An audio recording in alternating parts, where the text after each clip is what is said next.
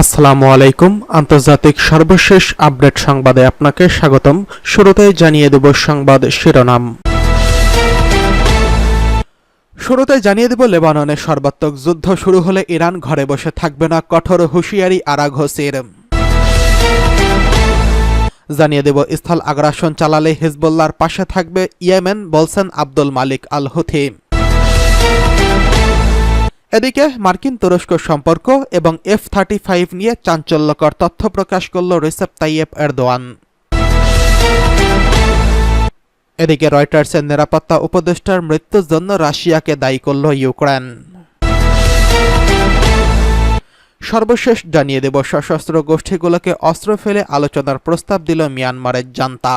এতক্ষণ শুনছিলেন সংবাদ শিরোনাম, এবারে বিস্তারিত। লেবাননে সর্বাত্মক যুদ্ধ হলে এবার ইরান বসে থাকবে না, কঠোর হুঁশিয়ারি আরাঘচির। ইরানের পররাষ্ট্রমন্ত্রী আব্বাস আরাঘচি ইসরায়েলের সন্ত্রাসী ও আগ্রাসী স্বৈরতান্ত্রিক কার্যক্রম ঠেকাতে ব্যর্থ হওয়ায় বিশ্ব সম্প্রদায়কে এক হাত দিয়েছেন। তিনি হুঁশিয়ারি দিয়ে বলেছেন, লেবাননের সাথে ইসরায়েলের সর্বাত্মক যুদ্ধ শুরু হলে ইরান ঘরে বসে থাকবে না। ইরানের পররাষ্ট্রমন্ত্রী বলেছেন, লেবাননের সর্বাত্মক যুদ্ধ শুরু হলে ইরান বসে থাকার কোনো সুযোগ নেই। নিউ ইয়র্কের ব্রিক্সভুক্ত দেশগুলোর পররাষ্ট্রমন্ত্রীদের সঙ্গে আলোচনার সময় তিনি এই কথা বলেছেন। আরাঘসি সামনের মাসে অক্টোবরে রাশিয়ায় কাজানে অনুষ্ঠিত হতে যাওয়া ব্রিক্স সম্মেলনে গাজা ইস্যু তোলার প্রস্তাব করেছেন। সম্প্রতি লেবাননে বিমান হামলা শুরু করেছে ইসরায়েল। এতে লেবাননে হাজার হাজার মানুষ নিহত হয়েছেন, আহতের সংখ্যাও কয়েক হাজার। ফলে মধ্যপ্রাচ্য জুড়ে যুদ্ধ ছড়িয়ে পড়ার শঙ্কা দেখা দিয়েছে। সম্প্রতি লেবাননে বিমান হামলা শুরু করেছে ইসরায়েল। এতে লেবাননে হাজারেরও বেশি মানুষ নিহত হয়েছেন, আহতের সংখ্যাও কয়েক হাজার। ফলে মধ্যপ্রাচ্য জুড়ে নতুন যুদ্ধ ছড়িয়ে পড়ার শঙ্কা দেখা দিয়েছে। ইসরায়েলি হামলার পাল্টা ব্যবস্থা হিসেবে ইরান সমর্থিত গোষ্ঠীগুলো ইসরায়েলের নানা স্থাপনায় হামলা শুরু করে। এদিকে লেবাননে জাতীয় স্বার্থ রক্ষা করছে হিজবুল্লাহ, স্থল আগ্রাসন চালালে আমরা হিজবুল্লাহর পাশে থাকব ঘোষণা দিল আব্দুল মালিক আল হুথি। ইহুদিবাদী ইসরায়েল বাহিনী লেবাননে স্থল আগ্রাসন চালালে ইয়েমেনে হুতি আনসারুল্লাহ আন্দোলনে লেবাননে হিজবুল্লাহর পাশে দাঁড়াতে কুণ্ঠিত হবে না বলে ঘোষণা করছে এই আন্দোলন। বৃহস্পতিবার রাতে টেলিভিশনে জাতির উদ্দেশ্যে দেওয়া এক ভাষণে আনসারুল্লাহ নেতা আব্দুল মালিক আল হুথি এই ঘোষণা দিয়েছেন। তিনি লেবাননে সাম্প্রতিক ইসরায়েলি বিমান হামলার তীব্র নিন্দা জানিয়ে বলেন, হিজবুল্লাহ যাতে গাজাবাসী ফিলিস্তিনিদের সমর্থন দিতে না পারে সেই লক্ষ্যে এসব হামলা চালানো হয়েছে। তিনি বলেন, বর্তমানে লেবানন যে হামলা চালানো হচ্ছে তার পরিকল্পনা বহু বছর ধরে করে আসছিল ইসরায়েল। তবে হিজবুল্লাহ বর্তমানে অতীতের যে কোনো সময়ের চেয়ে শক্তিশালী বলে হুতি মন্তব্য করেছেন। আনসারুল্লাহ নেতা বলেন, মানবতার শত্রু ইসরায়েল গাজা ধ্বংস করার একই পদ্ধতি লেবাননে অনুসরণ করছেন। তারা লেবাননে আবাসিক ঘরবাড়িতে হামলা চালিয়েছে, বেসামরিক নাগরিকদের হত্যা করছে। কিন্তু তা সত্ত্বেও গাজার প্রতি হিজবুল্লাহ সমর্থন দিন দিন শক্তিশালী ও অধিকতর কার্যকর হয়ে উঠছে। হিজবুল্লাহ ইসরায়েল বিরোধী রকেট ও ক্ষেপণাস্ত্র হামলাকে সমর্থন করে আব্দুল মালিক আল হুথি। ঘটনাক্রমে হিজবুল্লাহ এসব হামলা চালিয়ে লেবাননের জাতীয় স্বার্থ রক্ষা করছে। কারণ ইহুদিবাদী ইসরায়েল গাজায় তার লক্ষ্য অর্জন করতে পারলে নিশ্চিতভাবে এরপরই লেবাননে আগ্রাসন শুরু করত। 2006 সালে ইসরায়েল হিজবুল্লাহ যুদ্ধের কথা স্মরণ করে আনসারুল্লাহ নেতা বলেন, লেবাননে স্থল আগ্রাসন চালালে ইসরায়েল মারাত্মক ক্ষতির মুখে পড়বে এবং তার চূড়ান্ত পরিণতি হবে তেল আবিবের বিশাল পরাজয়। হিজবুল্লাহ ক্ষেপণাস্ত্রগুলো ইসরায়েলের যে কোনো অংশে আঘাত হানতে সক্ষম বলে তিনি উল্লেখ করেছেন। নির্বাচন পরবর্তী অবস্থা, মার্কিন তুরস্ক সম্পর্ক এবং F-35 নিয়ে নতুন বিবৃতি দিলেন রিসেপ তাইয়েপ এরদোয়ান। এই বছরের নভেম্বরেই অনুষ্ঠিত হতে যাচ্ছে মার্কিন প্রেসিডেন্ট নির্বাচন।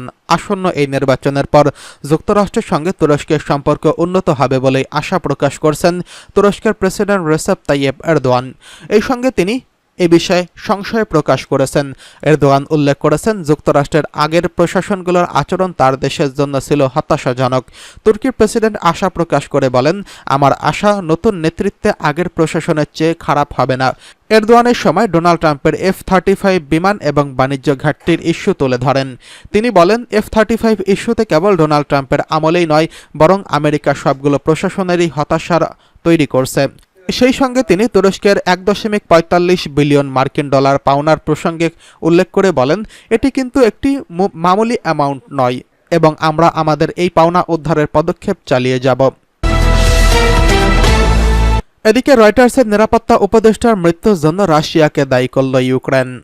গত মাসে ইউক্রেনের পূর্বাঞ্চলে একটি হোটেলে ক্ষেপণাস্ত্র হামলায় ব্রিটিশ বার্তা সংস্থা রয়টার্সের নিরাপত্তা উপদেষ্টা বায়ান ইভান্স নিহত এবং আরও 2 সাংবাদিক নিহত এবং আহত হয়েছেন। সীমান্ত তীরবর্তী অঞ্চলে রোভস্থে অবস্থানরত রুশ বাহিনী 24 আগস্ট ওই ক্ষেপণাস্ত্রটি ছুড়ছিল বলে দাবি করছে ইউক্রেন। 4টি ইউক্রেনীয় নিরাপত্তা সূত্রের বরাতে শুক্রবার 27 সেপ্টেম্বর এই খবর জানিয়েছেন।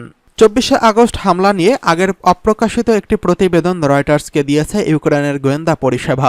তারা বলছে ইউক্রেনীয় সীমান্তের কাছে আজভ সাগরের উপকূলে রাশিয়ার তাগানভ শহরের কাছাকাছি একটি অবস্থান থেকে ওই ক্ষেপণাস্ত্র উৎক্ষেপণ করা হয়েছিল।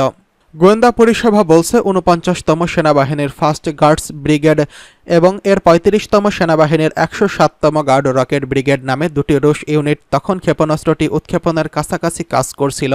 রয়টার্সের প্রশ্নের পৃথক লিখিত জবাবে ইউক্রেনীয় সামরিক বাহিনী জেনারেল স্টাফ বলছেন, তাগানরোগের কাছে একটি 3য় ইউনিট 8ম সেনাবাহিনীর 47তম রকেট ব্রিগেডও ছিল, যেটির হামলাটি পরিচালনা করে থাকতে পারে। জেনারেল স্টাফের বিবৃতিতে বলা হয়েছে, ওই এলাকা থেকে রাত প্রায় 10:28 একটি রুশ ইস্কান্দার 9M725 ব্যালিস্টিক ক্ষেপণাস্ত্র নিক্ষেপ করা হয়েছিল। নিক্ষেপের 7 মিনিট পর সেটি ক্রামাতস্কের স্যাফায়ার হোটেলে আঘাত করে। হোটেলটিতে তখন রয়টার্স টিম অবস্থান করছিল। জেনারেল স্টাফ বলেছেন, একটি ইস্কান্দার এম ক্ষেপণাস্ত্র লক্ষ্যবস্তু 30 মিটারের মধ্যে নির্ভুলভাবে আঘাত হানতে পারে। তিনি আরও বলেন, রাশিয়া ইচ্ছাকৃতভাবে স্যাফায়ারের লক্ষ্যবস্তু হিসেবে মনোনীত করেছে বা হোটেলটিতে কেন আঘাত করা হয়েছিল সে সম্পর্কে আলোকপাত করতে পারে এমন কোনো তথ্য তাদের কাছে নেই। রয়টার্সের প্রশ্নের লিখিত জবাবে ক্রেমলিনের মুখপাত্র দিমিত্রি পেসকভ বলেছেন, তাদের ইউনিটগুলো সশস্ত্র বাহিনীর হামলা জবাব দেওয়ার জন্য সেখানে ছিল। আমাদের সশস্ত্র বাহিনী শুধু সামরিক অবকাঠামোর সঙ্গে প্রত্যক্ষ বা পরোক্ষভাবে সংযুক্ত বস্তুগুলোতেই হামলা চালায়। রুশ প্রতিরক্ষা মন্ত্রণালয় রয়টার্সের লিখিত কোনো প্রশ্নের জবাবও দেয়নি। ইউক্রেনীয় গোয়েন্দা পরিষেবা কিংবা জেনারেল স্টাফের বিবৃতিতে কোথাও বলা হয়নি যে কিভাবে তারানগরের উৎক্ষেপণ স্থানটি চিহ্নিত করেছিল। ওই হামলার জন্য কোনো ব্রিগেড দায়ী সেটাও উল্লেখ করা হয়নি। রয়টার্সের ইউনিটে কর্মরত একজন অফিসারের মাধ্যমে 107তম রকেট ব্রিগেডের কমান্ডারদের কাছে মন্তব্যের জন্য একটি লিখিত চিঠির অনুরোধ পাঠিয়েছিল, তবে কোনো প্রতিক্রিয়া পায়নি তারা। বার্তা সংস্থাটি প্রথম রকেট ব্রিগেডের জন্য আনুষ্ঠানিকভাবে তালিকাভুক্ত একটি নম্বরে কল করেছিল। একজন দায়িত্বরত অফিসার কলটি রিসিভ করলে রিপোর্টার তাকে নিজের পরিচয় দেন, পরে কলটি তিনি কেটে দেন। এদিকে সশস্ত্র গোষ্ঠীগুলোকে অস্ত্র ফেলে আলোচনার প্রস্তাব দিল জান্তার।